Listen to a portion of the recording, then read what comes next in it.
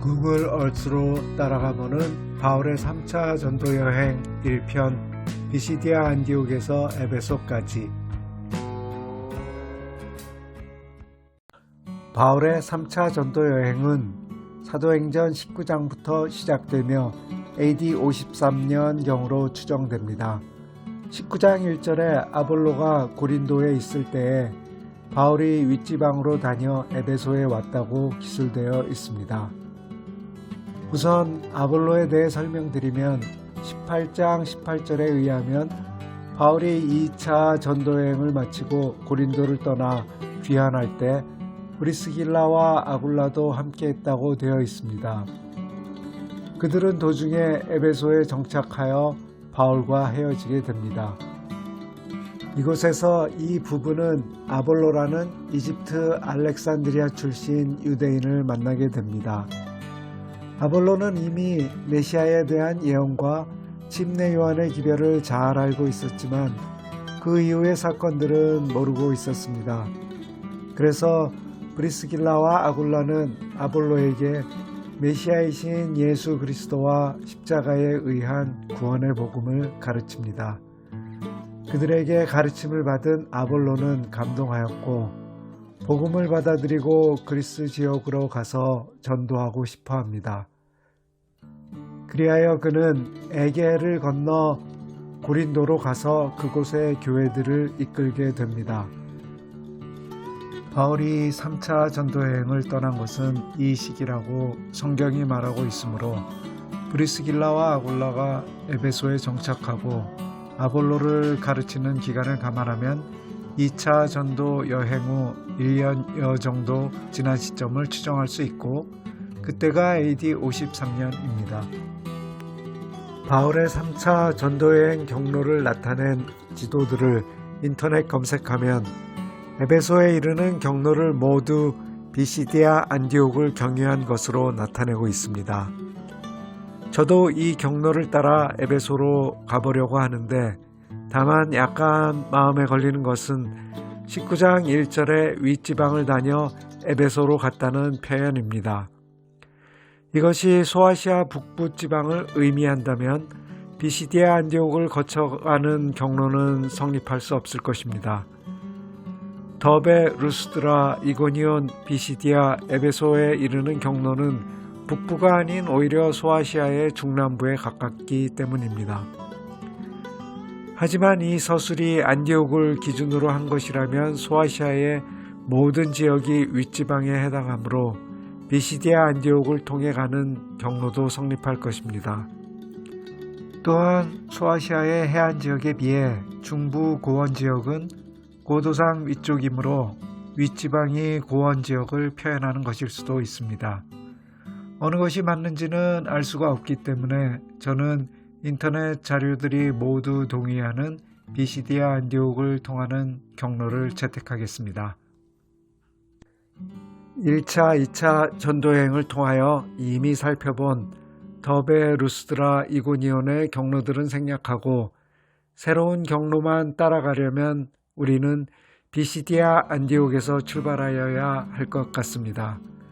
아마도 바울은 1차 전도여행 지역을 돌아본 후 골로새, 히에라볼리, 라오디게아를 거쳐 에베소에 도착한 것 같습니다.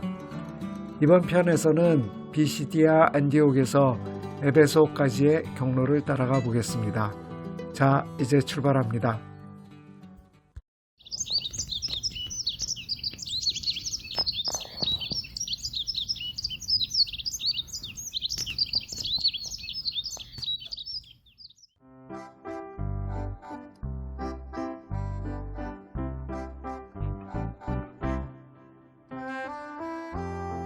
비시디아의 드넓은 밀밭이 펼쳐진 길을 바울은 걷고 있습니다. 일행이 있었는지 혼자였는지 사도행전은 말하고 있지 않지만 19장 22절에 디모데와 에라스도라는 이름의 사람이 바울의 조력자로 등장하는 것으로 보아 일행이 몇 명 있었던 것 같습니다.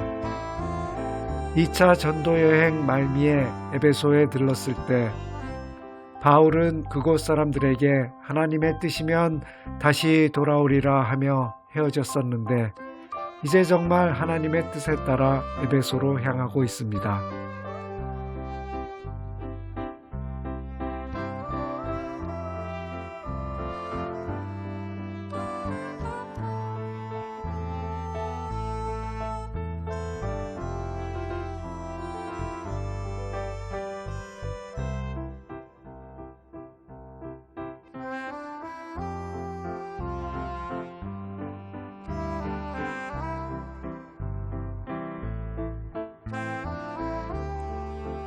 지금 지나가는 호수는 에리디시라는 호수로 터키에서 네 번째로 큰 호수입니다.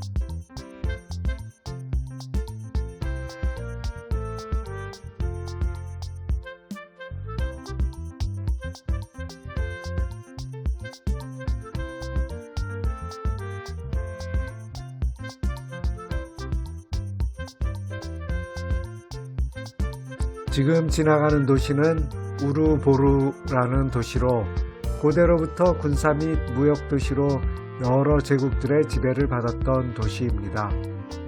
체리, 사과, 마르멜로, 배 등이 특산품이고 유럽 각국에 수출된다고 합니다.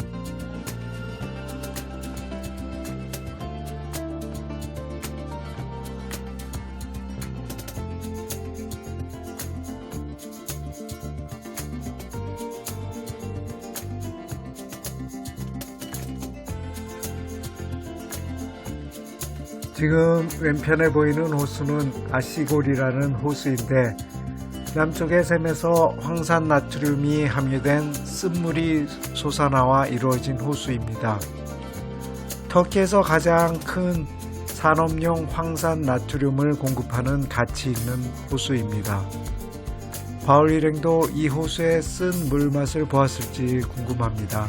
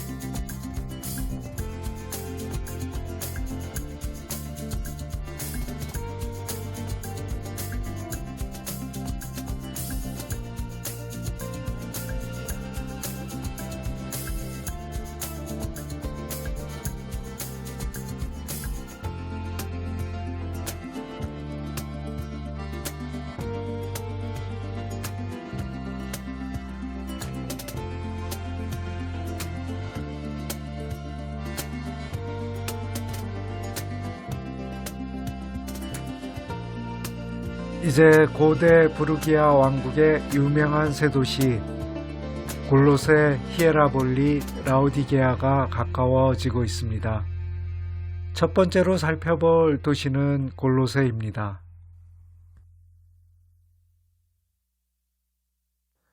현재 왼쪽 산 아래 보이는 도시는 골로세가 아랍인들에 의해 완전히 파괴된 후 사람들이 이주해서 만든 호라즈라는 도시입니다. 골로세는 이 도시의 북측에 위치하고 있습니다.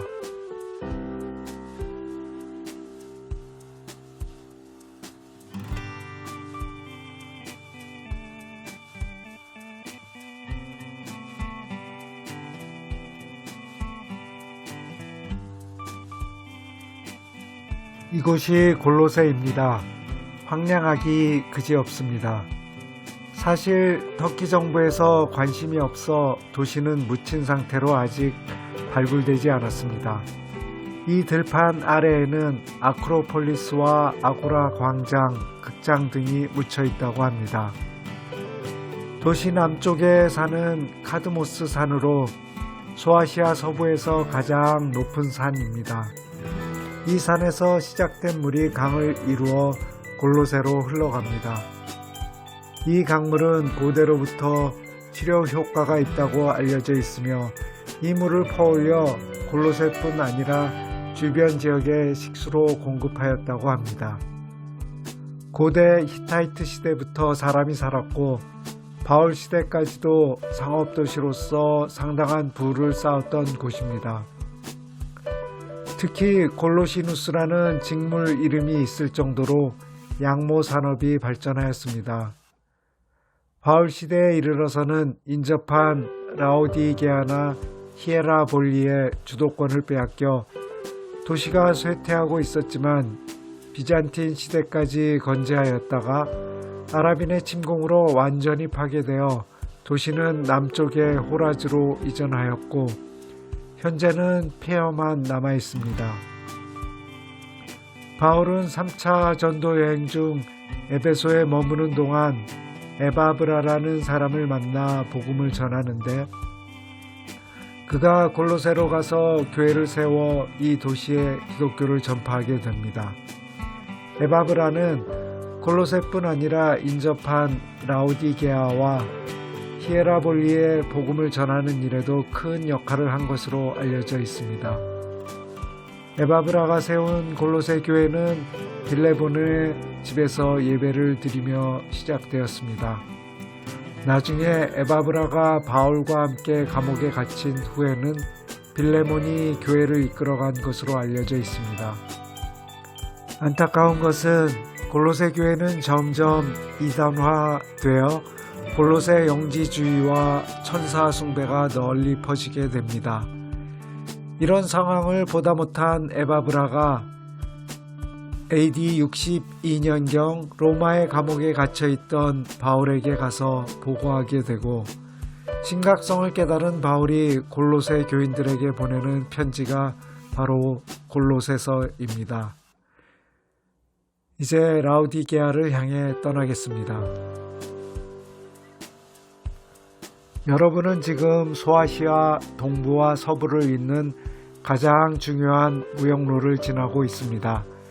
이 무역로에는 요한계시록의 7교회 중 골로새, 라오디게아, 빌라델비아, 사데, 두아디라, 버가모 6교회가 위치하고 있으며 나머지 하나인 에베소 또한 이 무역로에서 벽가지로 서쪽으로 뻗어나온 항구 도시였습니다.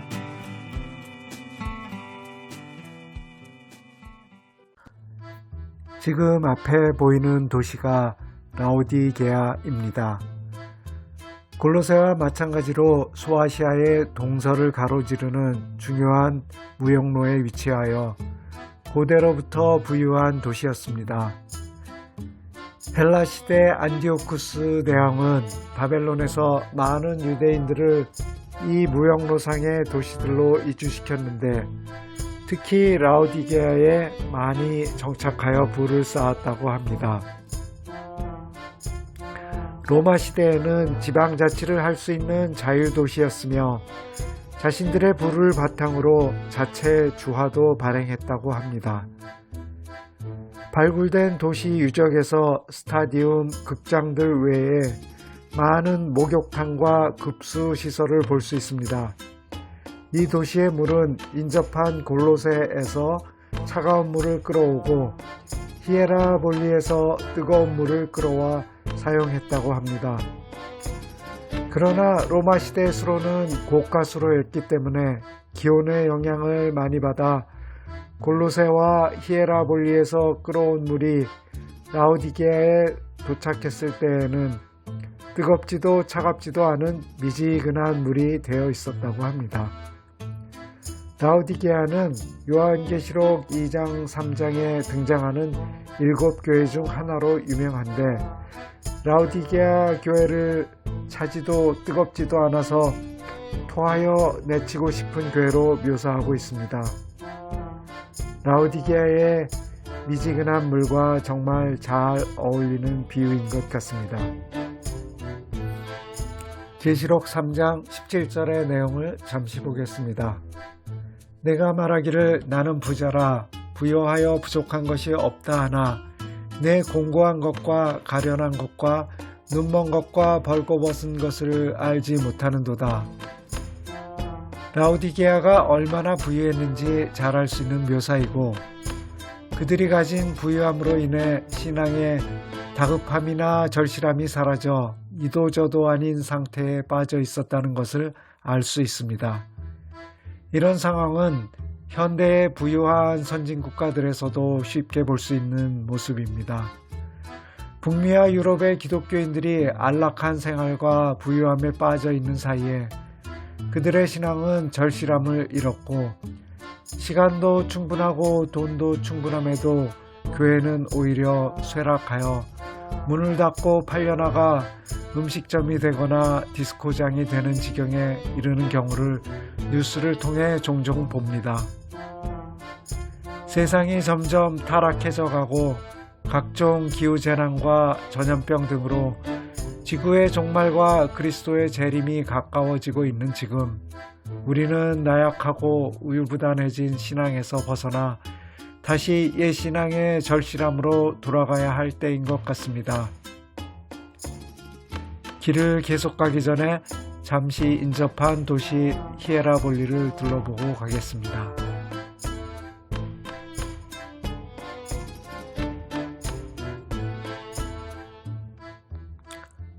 이곳이 히에라볼리입니다. 현재 터키의 유명한 온천 도시 파무칼레가 위치한 곳입니다. 고대로부터 온천 동굴에서 나오는 유독가스로 인해 지하 세계의 입구이며 신들과 소통할 수 있는 장소로 숭배되었습니다. 이 도시 또한 라오디게아나 골로새와 마찬가지로 유대인들이 많이 살았으며 치유 능력이 있는 온천으로 인하여 로마 제국 내 많은 부자들이 은퇴한 후에 이곳으로 이주해 와서 살았다고 합니다. 사도 빌립이 이곳에서 기독교를 전파하다가 AD 80년에 십자가에 매달려 처형되었다고 하며 그 자리에는 교회가 세워져 있습니다. 그의 딸들도 이 도시에서 여선지자로 활동했었다고 합니다. 이 도시에 처음으로 기독교가 소개된 것은 바울이 3차 전도 여행 중 에베소에서 전도하여 기독교인이 된 에바브라에 의한 것으로 알려져 있습니다. 그는 자신의 고향 골로새로 돌아와 교회를 세우면서 인접한 도시 라우디게아와 히에라볼리에도 기독교를 전파하였습니다.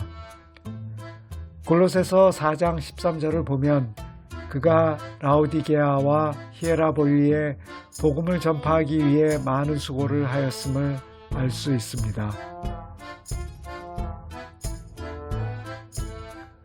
이제 다시 에베소를 향하여 길을 갑니다.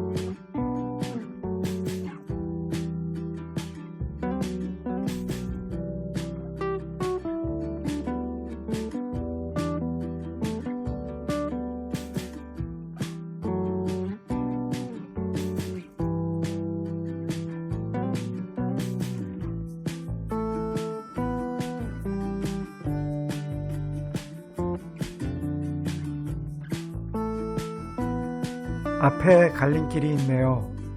이 길에서 북쪽, 즉 오른쪽으로 가면 내륙의 상업도시인 두아디라로 갈 수 있고 서쪽으로 가면 항구도시 에베소로 갈 수 있습니다.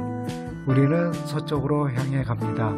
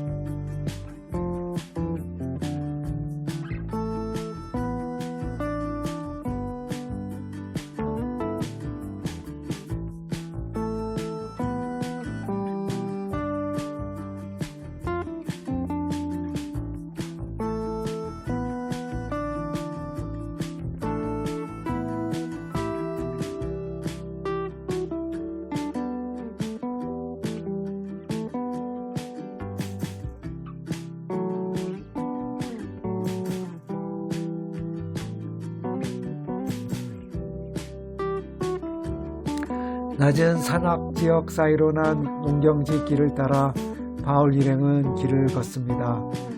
바다 쪽으로 내려가는 고도가 낮아지는 길이기에 걷기에는 힘이 덜 들었을 것입니다. 비시디아 안디옥을 출발할 때에는 주변이 누런 밀밭들이었는데 이제 바다가 가까워지면서 대기는 습기를 머금고 풀들은 점점 녹색이 되어가고 있습니다. 이 도시 이름은 나질리입니다. 이 도시는 아마도 비잔틴 시대를 거쳐 오토만 터키 시대의 대도시로 성장한 것으로 알려져 있습니다.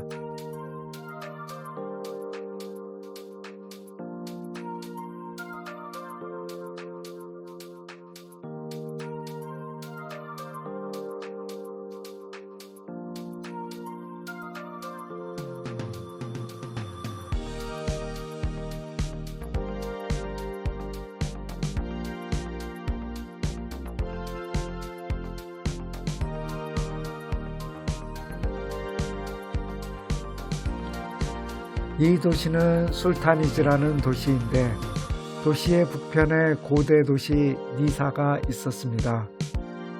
그리스 신화의 신들 중 포도주의 신 디오니소스가 태어난 곳이라고 합니다. 그리스 시대로부터 철학자와 웅변가들을 많이 배출한 학문의 도시였다고 합니다.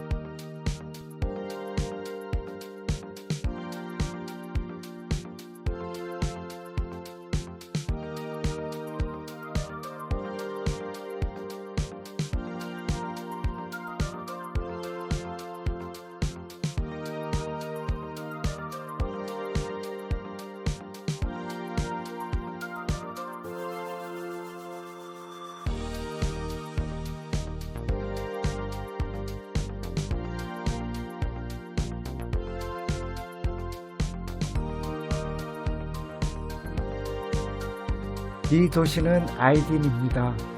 투르크족이 점령하기 전까지는 트랄레스로 불리었던 도시입니다. 로마 시대 초기에는 이 지역의 주정부가 위치한 도시였다가 나중에 에베소에 그 지위를 넘겨줍니다. 아무튼 바울 당시에도 상당히 큰 도시였고 현재도 많은 로마 시대 유적을 볼 수 있습니다. 토지가 비옥하여 각종 농산물이 잘 자라고 그 중에서도 무화과가 특산이라고 합니다. 이제 이 도시를 지나 쭉 가다가 북서편으로 산길을 넘어가면 바로 에베소입니다.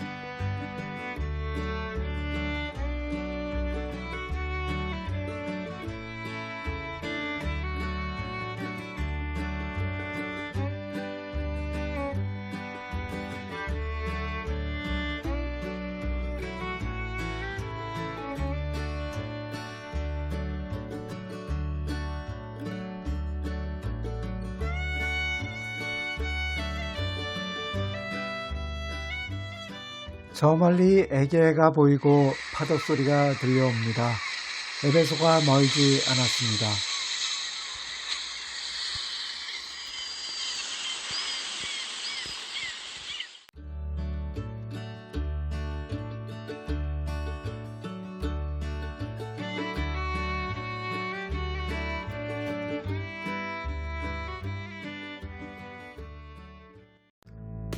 드디어 에베소에 도착했습니다. 다음 시간에는 바울이 3차 전도 여행 중 오랜 시간을 머물며 교회를 세우기에 힘썼던 이 도시에 대해 좀 더 자세히 알아보겠습니다. 감사합니다.